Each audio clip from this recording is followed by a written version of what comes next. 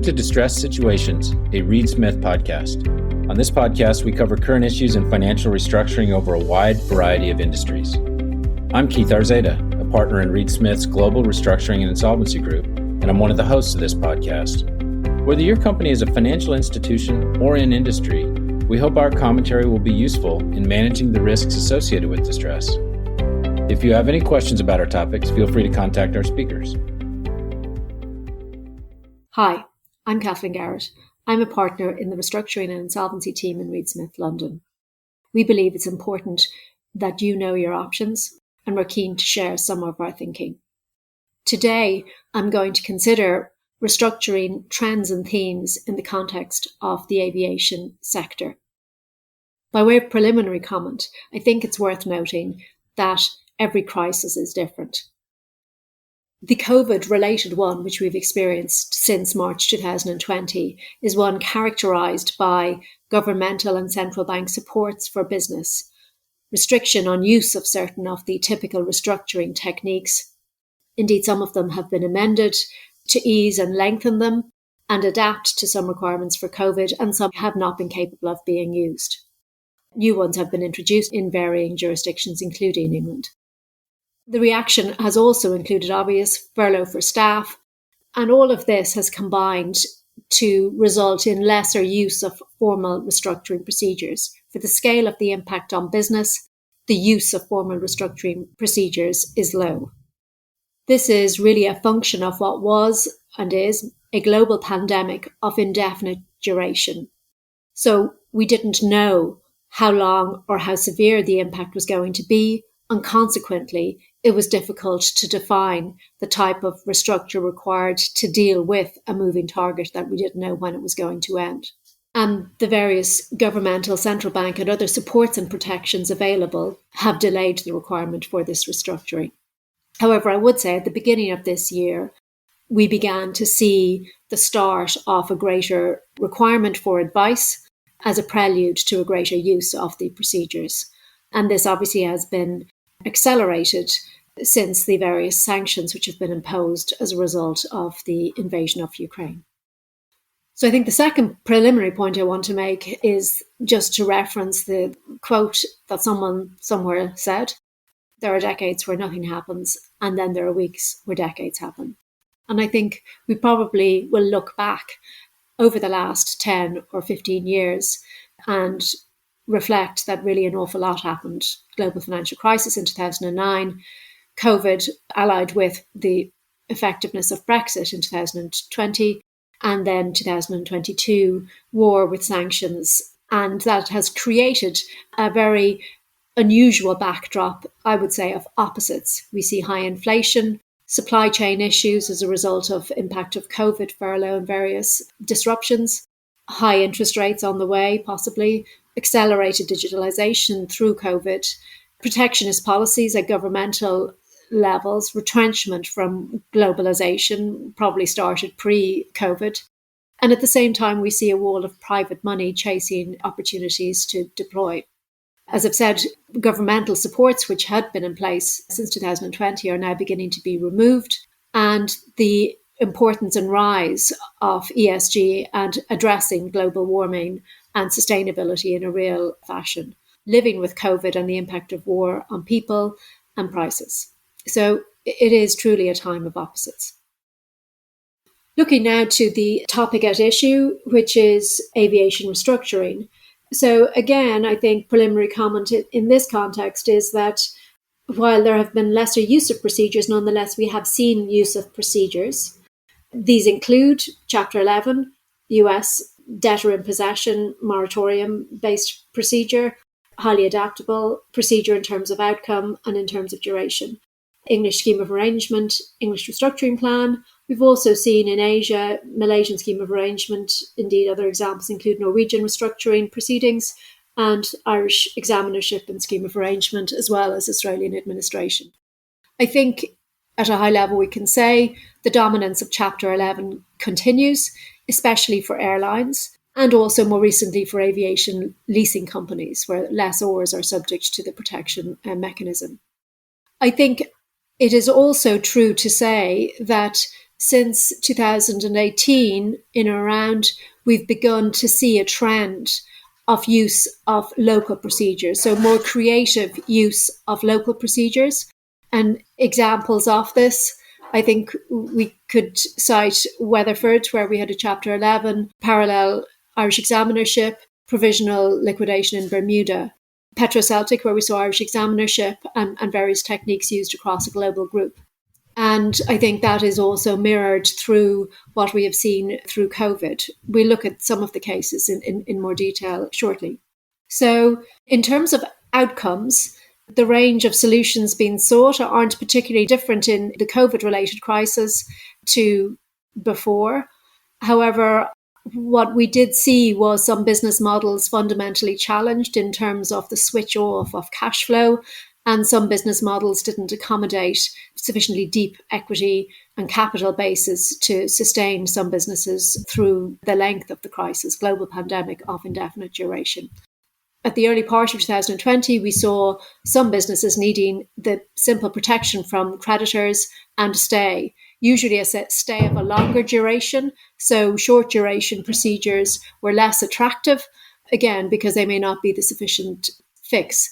We also saw informal restructurings, consensual arrangements reached, and sometimes a stepping stone approach adopted to sort of see how long the impact lasted and see if it was possible to adapt and step from stone to stone in terms of finding a path through the challenges. Debt write-downs, clearly very important. Debt to equity, a necessity in terms of getting support of creditors.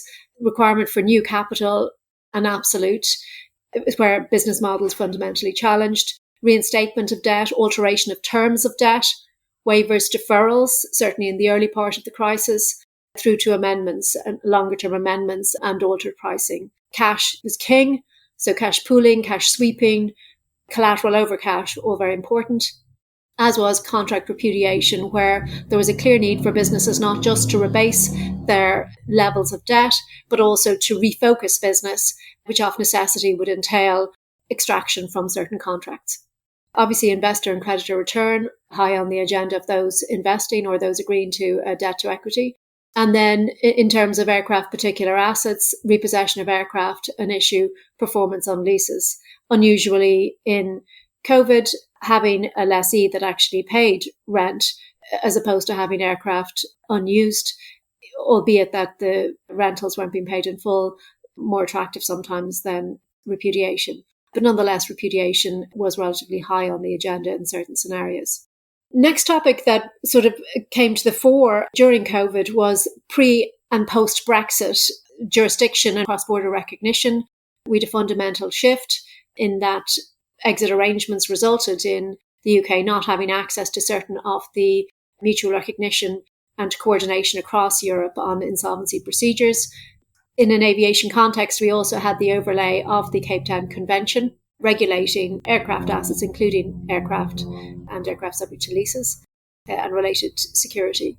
A key issue which has arisen in restructuring in the aviation sector is whether the Cape Town Convention applies to the relevant restructuring procedure. A brief word on Cape Town before we consider whether Cape Town applies to relevant restructuring procedures. Three main points to note here. Firstly, in terms of the application of Cape Town. Cape Town is a convention on international interests in mobile equipment. Its overall aim was to reduce cost and increase availability of finance. Both Cape Town itself contains insolvency provisions as well as the related aircraft protocol, or protocol as it's sometimes known, where at Article 11 there are two options of more detailed insolvency provisions, Alternative A and Alternative B. In terms of the application of Cape Town, contracting states need to adopt the convention and when doing so also need to elect whether to apply the aircraft protocol or not, and if so, apply Alternative A or Alternative B and choose a waiting period, which I'll come to in a minute. Firstly, there's the step as to whether the Cape Town Convention applies, and if so, whether the contracting state has elected to apply the insolvency provisions of Alternative A or B, which are contained in the aircraft protocol. Second point, If Alternative A applies, then the insolvency provisions of Cape Town are triggered by the occurrence of an insolvency-related event, which largely distills down to insolvency proceedings. And the term is defined to include liquidation, bankruptcy, and reorganisation measures. The third point on Cape Town to note is its implication. So at a high level, the insolvency provisions of Cape Town are significantly different from and conflict with the insolvency laws of most jurisdictions. So it's important to note that. The two key implications of the application of the insolvency provisions of Cape Town are, firstly, that it imposes a long stop date of typically 60 days, after which time the defaulting debtor either needs to cure all defaults and agree to perform all future obligations, or to give possession of the aircraft back to the creditor. The second key implication is that no obligations of the debtor under the agreement, which is broadly the lease agreement, for example, in an aviation situation, and the aircraft mortgage, no provision of those agreements can be modified without consent of the creditor. It's relevant to highlight these two key implications because clearly they could present difficulties in implementing the terms of restructures, which often might involve modifications to relevant agreements. So to conclude on Cape Town, it's always relevant to consider, firstly, does it apply, in that you need to consider whether the contracting state of the place where the debtor has its main interest and main insolvency proceeding has adopted Cape Town, and if so, whether it's adopted the insolvency provisions contained therein. Secondly, if it applies, an assessment needs to be conducted as to whether the relevant insolvency proceedings in the particular case trigger and fall within the insolvency provisions of Cape Town. We're going to consider judicial consideration of that in a minute. And thirdly, where Alternative A insolvency provisions of the Cape Town Conventions apply, they are generally at odds with local insolvency provisions in many jurisdictions. And importantly, they provide for return of aircraft and compliance provisions outside of a waiting period, and they contain restrictions on modifications on relevant agreements. So returning now to consider what indications we have from courts of what insolvency procedures are considered to trigger the insolvency provisions of the Cape Town Convention. And when I reference Cape Town Convention, I do mean the insolvency provisions in Alternative A of the protocol to the Cape Town Convention. We now are beginning to have a body of case law which gives guidance on this, but there is some distance to go in having clarity. In relation to the English scheme of arrangement, this has typically been considered not to be an insolvency process or proceeding. However, the point as to whether the English scheme of arrangement falls within the Cape Town Convention was considered, but not expressly ruled on by Snowden in the MAB leasing decision in February 2021. While not included in the written judgment, orally the judge indicated that there were strong reasons to believe that an English scheme of arrangement does not amount to an insolvency-related event for the purposes of Cape Town, which is the relevant definition. In particular, because the debtor was not subject to the control or supervision of the court. In relation to an Irish scheme of arrangement, which operates on a very similar basis to an English scheme of arrangement, again, there's no express decision of the Irish courts. It has, however, been referenced in the Nordic Aviation Capital scheme of arrangement judgment of Mr. Justice Barneville in July 2020, where the judge indicated that it was not necessary to consider the point because none of the scheme creditors, in particular none of the secured creditors, were opposing the scheme or relying on potential rights under Cape Town. And as a result, it was unnecessary to consider the point. However, he did advert to the fact that had it applied, it could have caused some difficulties in relation to implementing some of the elements comprised in the scheme.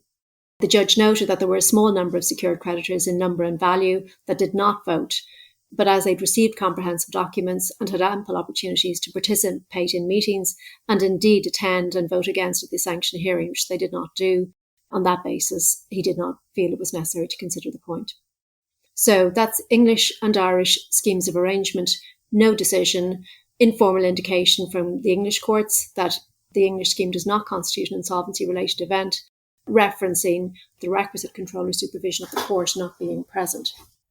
Next, we have the Malaysian scheme of arrangement, which was considered by the High Court of Malaysia in the Aviation scheme of arrangement. And in that case, the court expressed the view that the scheme was an insolvency proceeding for the purposes of Cape Town and Alternative A.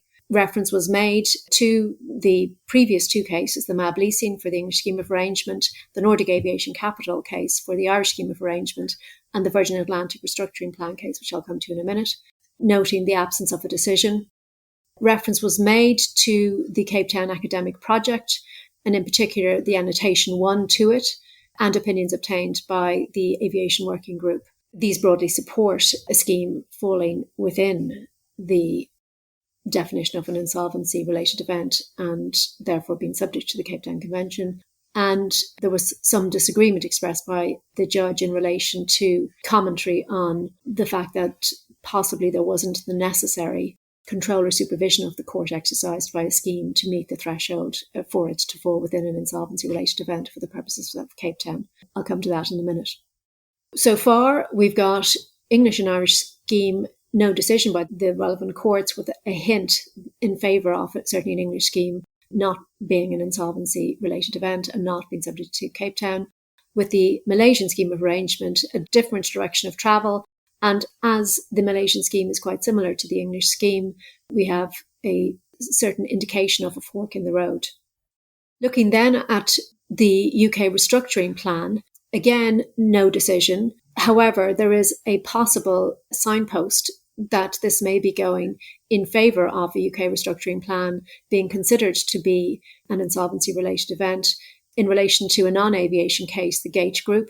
And again, not in relation to Cape Town because Cape Town didn't apply. But in that case, it was considered whether the restructuring plan fell within essentially the bankruptcy exclusion for the purposes of the Lugano Convention. And the bankruptcy exclusion requires the proceeding, so the restructuring plan, to be a bankruptcy proceeding in relation to the winding up of an insolvent company. So quite similar and analogous to an insolvency-related event for the purposes of Cape Town. The key issue was whether the control or supervision by the court of the appropriate nature and level of the debtor's assets and affairs was considered to be the key issue there, rather than the assets and affairs of the company being subject to the court control. So the direction of travel in Gate Group was similar to that in the Malaysian statement of affairs in the context of the AirAsia case. A key element of the Gate Group decision was the fact that the restructuring plan only applies if the company has encountered or is likely to encounter financial difficulties that are affecting or will or may affect its ability to carry on business as a going concern. So the fact that intrinsically within the UK restructuring plan, insolvency has happened or is expected had a clear bearing on the direction of travel there. In another context, Irish examinership, which is a debtor in possession moratorium-based process with an examiner appointed to examine the affairs and see if a scheme of arrangement can be proposed to facilitate the survival of the company and its undertaking as a going concern. In the context of the Norwegian Air Shuttle decision of Quinn J, there were no objections raised to examinership being considered to be an insolvency-related event for the purpose of the Cape Town Convention. And there's some useful dicta, which we'll come to shortly in this context. Chapter 11, interestingly, the Cape Town Convention has not been adopted in the US, and the question of whether a US bankruptcy court in the context of a Chapter 11 will apply Cape Town and Alternative A, where the subject debtor is incorporated in a jurisdiction which has adopted. So overall, interesting that when the matter has come to court, we've seen, as part of restructuring processes, a great effort made to get a very high level of creditor approval, certainly in the MAB leasing and the Nordic Aviation Capital schemes of arrangement in England and Ireland, respectively, such that it wasn't necessary for the court to consider the point. Malaysian schemes of arrangement are going in the opposite direction, Cape Town possibly applying. UK restructuring plan indication, by analogy with Gate Group and the Lugano Convention, with the intrinsic involvement of insolvency in a restructuring plan, direction of travel there in favour of Cape Town applying. Irish examinership appears to be accepted that it does apply. Chapter 11 undecided. Just to finish, in terms of the Cape Town academic project and the annotation referred to earlier, the key to the application of Cape Town is whether the relevant process is insolvency proceedings. And Roy Good, as part of this Cape Town academic project and as an annotation to the convention, has expressed the view that reorganisation arrangements, which would include schemes of arrangement, fall within the definition where they are formulated, one, in an insolvency context or by reason of actual or anticipated financial difficulties of the debtor company, and two, collective in that they are concluded on behalf of creditors generally or such classes of creditors as collectively represent a substantial part of the indebtedness. As an ancillary point, Professor Good has expressed the view that the question of whether a proceeding for a restructuring of debt or equity fall within Cape Town was to be determined by the definition of insolvency proceedings in Cape Town and not by reference to national law.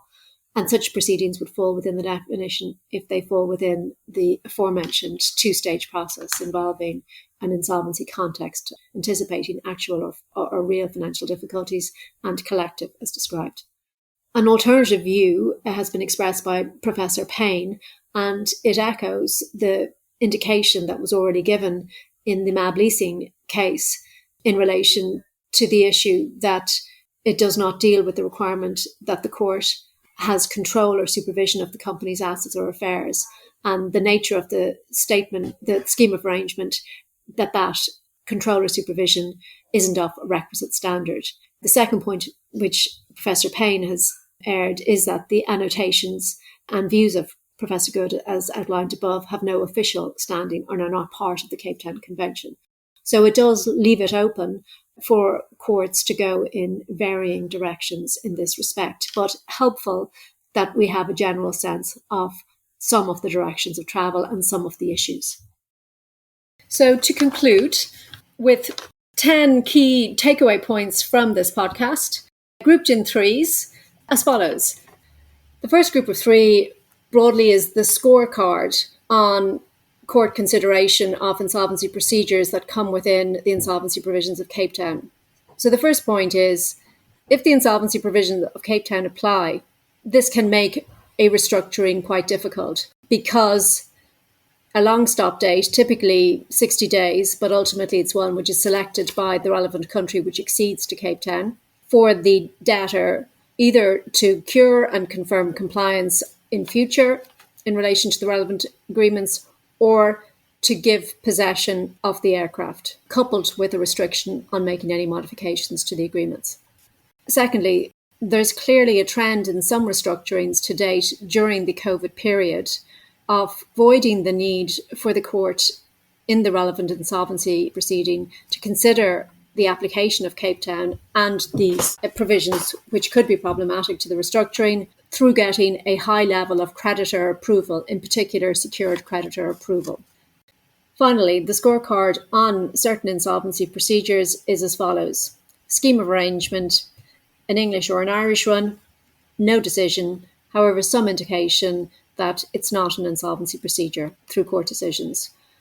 Malaysian scheme of arrangement, yes, it is an insolvency proceeding and does come within Cape Town.